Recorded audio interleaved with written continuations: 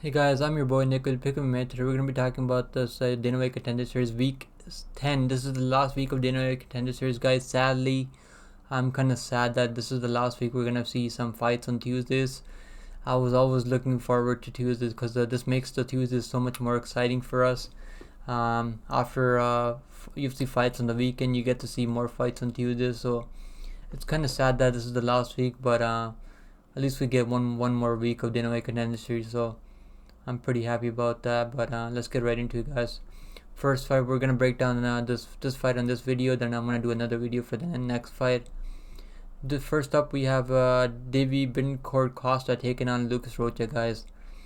We're gonna break down Lucas Rocha first. Lucas Rocha is 23 years old, 5'2", 16-1 overall in his MMA career.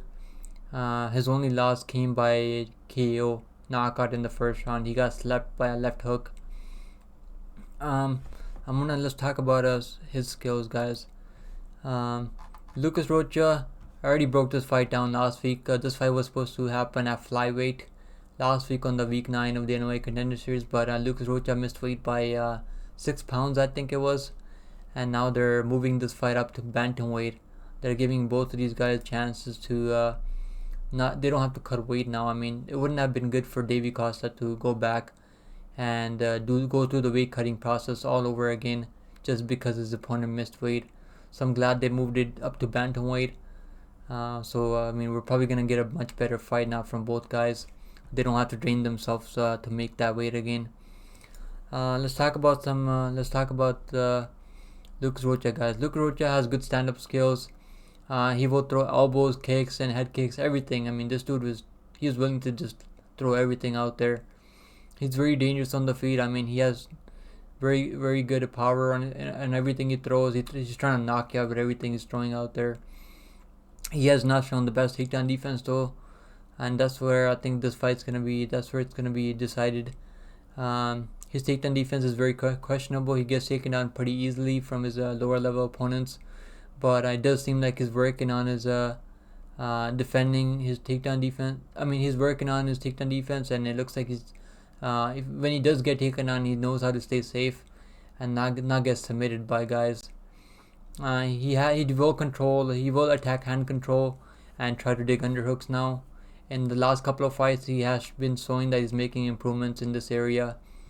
He doesn't have the best guard game when he does get taken down off his back. I've seen him eat a lot of ground and pound when he does get taken down. Doesn't try to control his opponent's posture at all. Can give up his back sometimes when he's trying to get up in scrambles. His cardio is okay. I never really seen him slow down. He will put pressure and walk his opponents down. He does have power and can definitely knock his opponents out as long as the fight is on the feet. On the ground, he doesn't have the best submissions off his back. I've never really seen him submit anyone off his back. On the feet, he's very hittable. I've seen him get dropped multiple times in fights, but he has shown good recovery when he does get caught by a big shot. A very tough kid. I mean, you must have to put him out cold to finish him off because he's never gonna give up on himself. In his only loss, he was knocked out, like I said earlier. Where he got caught by a left hook that he just didn't see coming at all. It was a pretty brutal knockout. I mean, he got slapped. It was a clean right on the chin. He's got 5-round experience. He's been in 5-round fights. I mean, he's definitely a ball of energy in that octagon. He loves fighting. He really enjoys fighting. You can tell. And I think he's gonna have the striking edge in this fight. Davi Costa can strike too, but I think Rocha just has a little bit more power in his hands, and he's a little bit more dangerous on the feet. He throws a lot of head kicks that people just don't see coming. Let's talk about his opponent now, guys. But let's talk about Rocha. I mean, he's a finisher, man. He's finished 9 of his wins by knockout, KO, TKO, 4 wins by submission, and he's only been to decision 3 times, and he's won all 3 decision wins. All 3 of his fights that went to decision, so at least you can trust him to win minutes, maybe. But he hasn't fought the best level of competition. The best guy that he fought was, I think, Mateus de Silva, who fights out of a shoot box with the Anderson Brito and those guys over there. That was a good win for him. He beat him by unanimous decision. I think was he an underdog in that fight? Never mind. He was supposed to win that fight. And this fight, I think in this fight he knocked him out in the second round. So really good win for him. These two fights are really like he's making improvements. He's on a 5-5 win streak right now. Let's talk about his opponent now, guys. His opponent, Davi Bettincourt Costa, the Black Costa. Bittencourt Costa is 28 years old. He's going to be older than Rocha a little bit. He's going to be more mature. He's 5'4", so he's 2 inches taller in height. The reach is not available here. He's on a 10-5 win streak right now. He's taken some, all of his 3 wins came early on in his career. Back in his last loss was back in 2021, where he gave up a rear naked choke in the first round to Marcus Vinicius Ferreira. And then his other 2 knockout losses came back in 2019, where he lost to a 13-9 guy and this other guy by ground and pound. So it looks like he's really turned a corner now. He's making some improvements now. Yeah, he wasn't supposed to win that fight anyways. I mean, he took a guy who's experienced. I mean, 1-0, but had a lot of hype on him. I mean, this dude still he hasn't fought since, but yeah, it's not the worst losses to take. I mean, he's taken those L's early on in his career. Let's talk about his skills now, guys. His skills. Davi Bettincourt Costa. He is a very well-rounded fighter. He can finish the fight on the feet and on the ground. He has lost 3 times in his career, and in those losses, he was finished in all of them. He has been submitted twice and ground and pounded once early on in his career, like I said earlier. Let's talk about his skills now, guys. He's a very good striker. He was a national 2-time kickboxing champion. Has very good Muay Thai skills also. Very dangerous Muay Thai. He also has that wrestling in his back pocket if he needs to use it. And he does mix in his takedowns with the striking to just confuse his opponents, to keep him guessing. He's not the best wrestler, but he makes it work because he will keep going for those takedowns over and over and over, like a Marab Dvalishvili. Anyways, guys, so he also throws a good leg kicks with a lot of power, man. He puts everything into those leg kicks.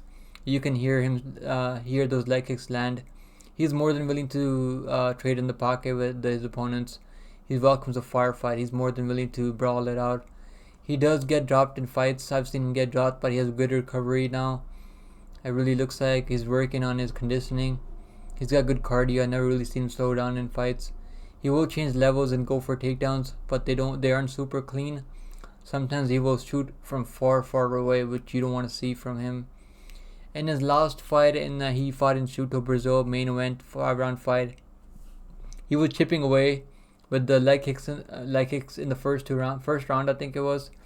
And when his opponent thought he was gonna go, when he was gonna get another leg kicked again, that's when he went in for a takedown. I mean, so he set up that takedown with those leg kicks. Took his time there, didn't rush the takedown, and really looks like he's really putting the game plan to use out there in the fights now. He's staying calm out there, using his time, not rushing in anymore. He's got great transitions on the ground, was throwing good ground and pound. Doesn't have the best top control, but he makes it work. It's not the worst top control I've seen. He stays heavy on top, very good back takes, by the way. He's very good locking in that rear naked choke. And he's got other submissions also. He's got very underrated Brazilian Jiu-Jitsu. He's going to be more dangerous on the ground, I think, here in this fight. I think Rocha is going to be more dangerous on the stand-up. But Davi Costa can strike just as good as Rocha, I think. And both of these guys are very hittable.